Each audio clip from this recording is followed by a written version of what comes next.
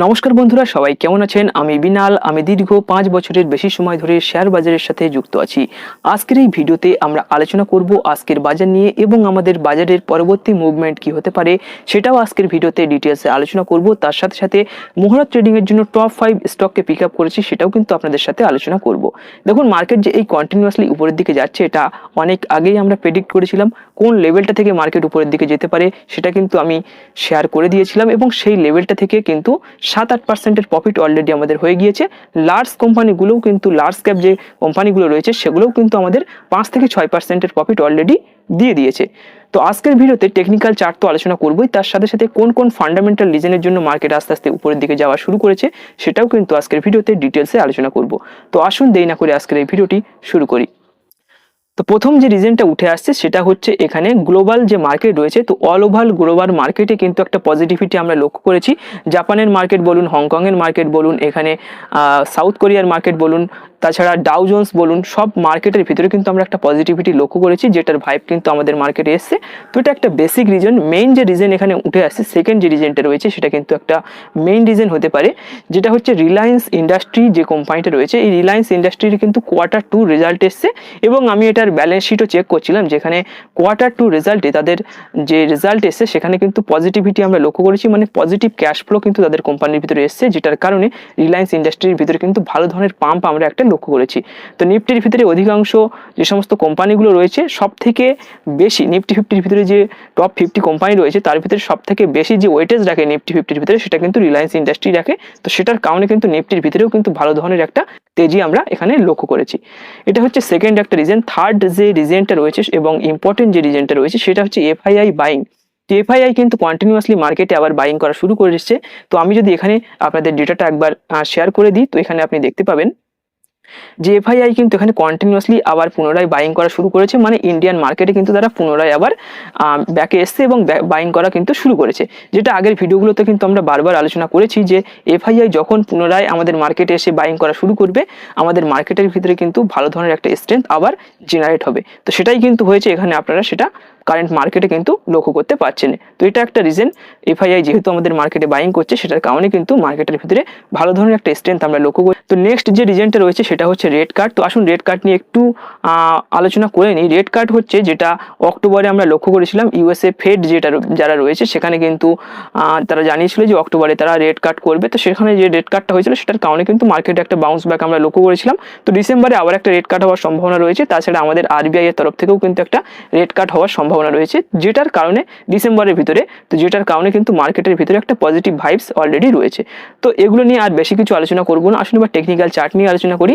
তো technical chart প্রথমে যেটা নিয়ে আলোচনা করব সেটা ডাউ অ্যান্ড জোন্সের চার্ট নিয়ে আলোচনা করব। দেখুন, ডাউ অ্যান্ড জোন্স, এখানে ডাউ জোন্সের ভিতরে আমরা একটা বড় ধরনের ফলিং লক্ষ্য করেছিলাম। চীনের সাথে চীনের যে 100% ট্রাইপটার যে নিউজটা এসেছিল সেটার কারণে কিন্তু মার্কেটের ভিতরে ডাউ জোন্সের ভিতরে অনেক বড় ধরনের একটা ফলিং হয়ে গিয়েছিল। তারপর দেখুন এখানে কিন্তু আস্তে আস্তে ডাউ জোন্স এখানে কনসলিডেশন করছে এবং এখানে একটা ট্রেন্ড লাইনকে মেনটেন করার কিন্তু এখানে চেষ্টা ডাউ জোন্স করছে। দেখুন এই যে ট্রেন্ড লাইনটা এখানে আমি টেনেছি, তো স্টিপ ট্রেন্ড লাইন, তো এটাকে কিন্তু যখন তখন ব্রেক ডাউনও করে দিতে পারে। ব্রেক ডাউন করলেও অসুবিধা নেই, এই লেভেলটাই কিন্তু একটা ভালো ধরনের সাপোর্ট অলরেডি ডাউ জোন্সের রয়েছে। ডাউ জোন্সের ভিতরেও কিন্তু একটা পজিটিভিটি আমরা লক্ষ্য করছি। দেখা যাক এখান থেকে ডাউ জোন্স আরো উপরে যেতে পারে কিনা। যদি এখান থেকে ভালো ধরনের পাম্প ডাউ জোন্সের ভিতরে হয়, আমাদের মার্কেটেও কিন্তু একটা ভালো ধরনের পাম্প আমরা এখান থেকে লক্ষ্য করতে পারি। তো আসুন খুবই শর্টে আলোচনা করবো, কেননা এখানে আবার 5টা স্টক নিয়েও কিন্তু আলোচনা করতে হবে আমাদের। তো এখানে নিফটি 50 চার্টটি আমি এখানে ওপেন করে নিয়েছি। তো নিফটি 50 এখানে কি আমাদের বলছে, দেখুন নিফটি 50 আমাদের বলছে যে নিফটি 50-র ভিতরে কিন্তু একটা অল টাইম হাই ব্রেক করার কিন্তু সম্ভাবনা এখানে লক্ষ্য করা যাচ্ছে। এর যে অল টাইম হাইটা রয়েছে সেটা কিন্তু এখানে 26,201-এর কাছাকাছি, এখানে 26,201-এর কাছাকাছি কিন্তু এর অল টাইম হাইটা রয়েছে। এখানে আপনি দেখতে পাচ্ছেন এটা কিন্তু এর অল টাইম হাই। আর এখন কারেন্ট মার্কেটে নিফটির যে প্রাইস চলছে সেটা কিন্তু 25,843-এর কাছাকাছি চলছে। তো আমরা কোথায় এখানে বাইং করেছিলাম, আমরা কোথায় স্টকটার মানে স্টক বাইং করা শুরু করেছিলাম, সেটা হচ্ছে এই লেভেলটাই কিন্তু আমরা স্টক বাইং করা শুরু করেছিলাম। আমরা কিন্তু অলরেডি 5-7%-এর উপরে কিন্তু প্রফিট করে নিয়েছি। তো এখানে অনেকে কিন্তু ছোটোখাটো প্রফিট বুক করছে, তাদেরকে আমি বলে দিই আপনারা কিন্তু প্রফিট বুক করতে পারেন, কোনো অসুবিধা নেই। আমাদের এখানে সেকেন্ড যে টার্গেট রয়েছে সেটা কিন্তু এখানে রয়েছে, মানে 26,200 যে অল টাইম হাই রয়েছে সেখানে গিয়ে কিন্তু আমরা কিন্তু সেখানে আর একবার প্রফিট বুক করে নেবো। দেখুন স্টক মার্কেটে যদি আপনি প্রফিট বুক না করেন সেক্ষেত্রে কিন্তু অসুবিধা রয়েছে, প্রফিট কখন লসে কনভার্ট হয়ে যাবে সেটা কিন্তু আপনি বলতে পারবেন না। ছোট ছোট প্রফিট কিন্তু এখানে বুক করে নিতে হবে। তো এখানে দেখুন নিফটি 50-র ভিতরে যেটা লক্ষ্য করা যাচ্ছে সেটা কিন্তু এখানে একটা হায়ার হাই হায়ার লো যে ট্রেন্ড রয়েছে মার্কেটের সেটা কিন্তু এখানে লক্ষ্য করা যাচ্ছে। আমরা কিন্তু এই জায়গাটায় বাই করেছিলাম এবং এই জায়গাটায় কিন্তু আমাদের টার্গেট রয়েছে। এখানে কিন্তু আমাদের ফার্স্ট টার্গেট এখানে অনেকে কিন্তু বুক করে নিয়েছে এবং এখানে কিন্তু সেকেন্ড টার্গেট কিন্তু আমাদের রয়েছে। এখানে কিন্তু এর অল টাইম হাই রয়েছে। তো এখন নতুন যারা বাইং করবেন ভাবছেন তারা কিভাবে এখানে বাইং করবেন, দেখুন এখানে আমরা প্রথমে 4 ঘন্টার ক্যান্ডেলস্টিক সিলেক্ট করে নেব। তো যে লেভেলটায় মার্কেট চলছে এই লেভেলটাই আপনি বাই করতে পারেন এবং স্টপ লসটা কিন্তু আপনাকে এই লেভেলটাই রাখতে হবে। কোন লেভেলটা স্টপ লস রাখতে হবে আসুন দেখে নিই। তো এখানে মার্কেট যে কারেন্ট লেভেলটা চলছে, মার্কেটে যেহেতু একটা বুলিশ সেন্টিমেন্ট রয়েছে আপনি এই লেভেলে বাই করতে পারেন এবং স্টপ লসটা কিন্তু এই লেভেলটাই রাখতে হবে। মানে এখানে 25,600 যে লেভেল রয়েছে 25,600 কিন্তু আপনার স্টপ লসটা রাখতে হবে। 25,600 নিচে যদি কোনো কারণে নিফটি চলে আসে সেক্ষেত্রে কিন্তু নিফটির ভিতরে আবার একটা কারেকশন আমরা লক্ষ্য করতে পারি। তো 25,600 কিন্তু আমরা স্টপ লস রাখবো এবং কারেন্ট যে মার্কেটে যে লেভেলটা চলছে মানে 25,843 এখানে কিন্তু আপনি বাইং করতে পারেন এবং ফার্স্ট টার্গেট কিন্তু আপনি 26,201 কাছাকাছি এখানে রাখতে পারেন। নিফটির ভিতরে কিন্তু ভালো ধরনের স্ট্রেংথ লক্ষ্য করা যাচ্ছে এবং আমরা লক্ষ্য করেছি যে রিলায়েন্স ইন্ডাস্ট্রির ভিতরেও কিন্তু ভালো ধরনের কিন্তু পাম্প এখানে হওয়া শুরু হয়ে গেছে। তো এখানে আপনি যেটা করবেন সেটা হচ্ছে যে লেভেলটায় কারেন্ট মার্কেটে যে লেভেলটা চলছে এই লেভেলটায় বাই করবেন এবং 26,201 কাছাকাছি কিন্তু আপনি এখানে টার্গেটটা সেট করবেন। 200 পয়েন্টের স্টপ লস রাখবেন। 25,600 কাছাকাছি কিন্তু আপনি এখানে স্টপ লস রেখে নিফটির ভিতরে মানে নিফটির রিলেটেড যে সমস্ত লার্জ ক্যাপ কোম্পানি রয়েছে বা মিড ক্যাপ কোম্পানি রয়েছে সেখানে কিন্তু আপনি স্টককে অ্যাকুমুলেট করতে পারেন। তো আসুন এবার ব্যাংক নিফটি নিয়ে একটু আলোচনা করে নিই। তো ব্যাংক নিফটির চার্ট এখানে ওপেন করে নেব। তো ব্যাংক নিফটির ভিতরে কিন্তু আমাদের দুর্দান্ত প্রফিট চলছে, প্রায় 8-10%-এর কাছাকাছি কিন্তু আমাদের যারা মিড ক্যাপের স্টককে বাই করেছিল সেখানে কিন্তু আমাদের প্রফিট চলছে। তো এখানে inverted head and shoulder pattern এখানে কিন্তু আমি এখানে বহুদিন আগে কিন্তু এখানে প্রায় যে এখানে দেখুন 18ই সেপ্টেম্বরে কিন্তু আমি এটাকে প্রেডিক্ট করেছিলাম যেখানে inverted head and shoulder pattern তৈরি হতে পারে। ভিডিও কিন্তু এখনও চ্যানেলে অলরেডি রয়েছে এবং তারপর দেখুন এখানে এই যে লেভেলটা আপনাদেরকে দিয়েছিলাম এই লেভেলটাই কিন্তু আমরা বাইং করেছিলাম। বাইং লেভেল এখানে এখনও পর্যন্ত টানা রয়েছে 56,689 এর কাছাকাছি কিন্তু আমরা এখানে বাইং করেছিলাম এবং এখান থেকে এই মুভটা কিন্তু আমরা পেয়ে গিয়েছি। যে সমস্ত মিড ক্যাপের স্টক রয়েছে বা এসবিআইয়ের যে স্টক রয়েছে সেখানেও কিন্তু আমরা ভালো ধরনের মুভ মানে সেখানে আমরা ক্যাপচার করে নিয়েছি। তো দেখুন এখানে কিন্তু আমাদের যে টার্গেটটা রয়েছে সেটা কিন্তু 58,597 এর কাছাকাছি কিন্তু আমাদের টার্গেট রয়েছে। যারা এই মুহূর্তে মার্কেটের ভিতরে ঢুকবেন ভাবছেন মানে ব্যাংকিং স্টকগুলোকে বাইং করবেন ভাবছেন তাদের জন্য আমি বলবো যে এটা কিন্তু একটু রিস্কি হয়ে যাবে।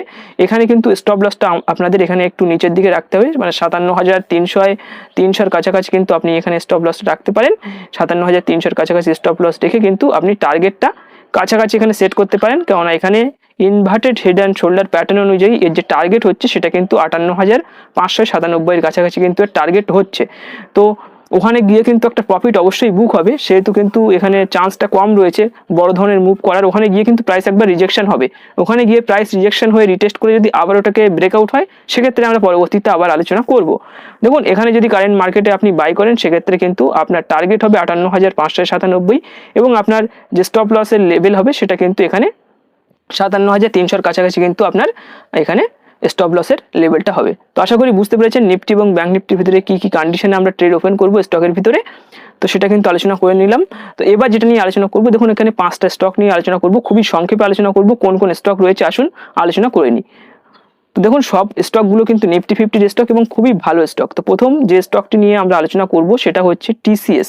তো টাটা কনসালটেন্সি সার্ভিস। তো এটা অনেক দিন ধরেই কিন্তু এই টিসিএস নিচের দিকে চলে এসছে, একটা ম্যাক্সিমাম কারেকশন কিন্তু এটার ভিতরে হয়ে গিয়েছে এবং এখনো পর্যন্ত এই একটা সাপোর্ট লেভেলের কাছাকাছি কিন্তু রয়েছে। আপনি যদি দেখেন এখানে কিন্তু একটা সাপোর্ট লেভেলের আশেপাশেই কিন্তু এখানে চলছে এবং এখানে কিন্তু একটা বুলিশ ক্যান্ডেলস্টিক অলরেডি তৈরি করেছে। তো আপনি চাইলে এই স্টকটিকে বাই করতে পারেন। এর যে ফান্ডামেন্টাল রয়েছে সেটা কিন্তু খুবই ভালো ধরনের একটা ফান্ডামেন্টাল এবং নিফটি 50-র কিন্তু টপ স্টকের ভিতরে কিন্তু একটা স্টক কিন্তু টিসিএস। তো এখানে কিন্তু বাই করতে পারেন। এখানে যে গ্যাপটা এর ভিতরে তৈরি হয়েছে তো সেটা যদি আপনি মেজার করেন, আপনি যদি এটাকে কিনে হোল্ড করে রাখতে পারেন 1 বছরের কাছাকাছি সেক্ষেত্রে কিন্তু আপনি একটা ভালো ধরনের প্রফিট এখান থেকে জেনারেট করতে পারেন। তো এখানে দেখুন এর ভিতরে কিন্তু 50%-এর অলরেডি রিট্রেসমেন্ট হয়ে গিয়েছে। আপনি চাইলে ফার্স্ট টার্গেট এখানে সেট করতে পারেন এখানে 4000-এর কাছাকাছি। তো এখানে কিন্তু যদি আসে সেক্ষেত্রে কিন্তু আপনি 32%-এর প্রফিট পেয়ে যাবেন।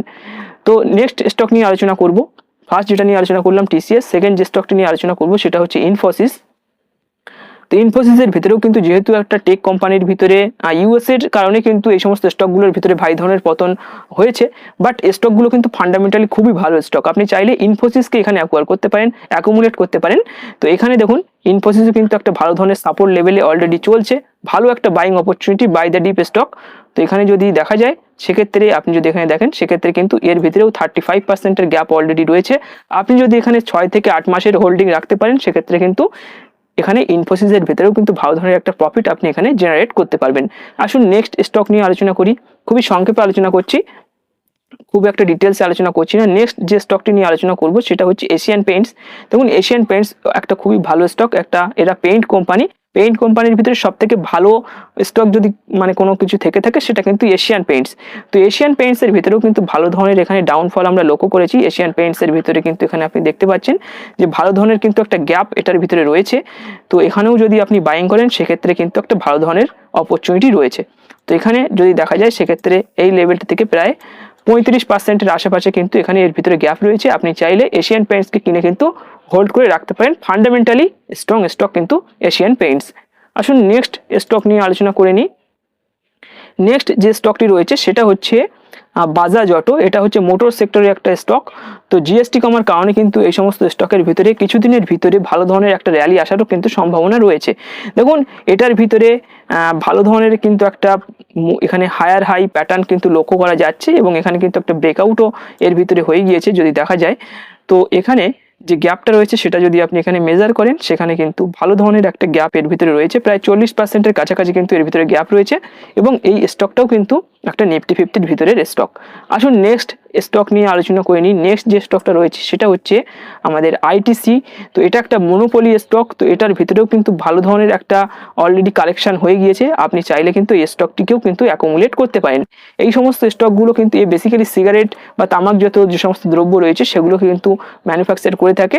তো এটার ভিতরেও কিন্তু ভালো ধরনের একটা কারেকশন অলরেডি হয়ে গিয়েছে। আপনি চাইলে এই স্টকটিকে কিন্তু অ্যাকুমুলেট করতে পারেন। এর যে অল টাইম হাই রয়েছে তো এখানে প্রায় 20%-এর কিন্তু গ্যাপ এর ভিতরে রয়েছে এবং ফার্স্ট যে টার্গেট রয়েছে সেখানে কিন্তু 12%-এর আশেপাশে কিন্তু এখানে ফার্স্ট টার্গেটটা রয়েছে। তো আশা করি অল ওভার যে সমস্ত ডিটেলস ডেটা নিয়ে আলোচনা করলাম সবকিছু আপনি বুঝতে পেরেছেন। নিফটি 50, ব্যাংক নিফটি এবং টপ 5 স্টক নিয়েও আলোচনা করলাম।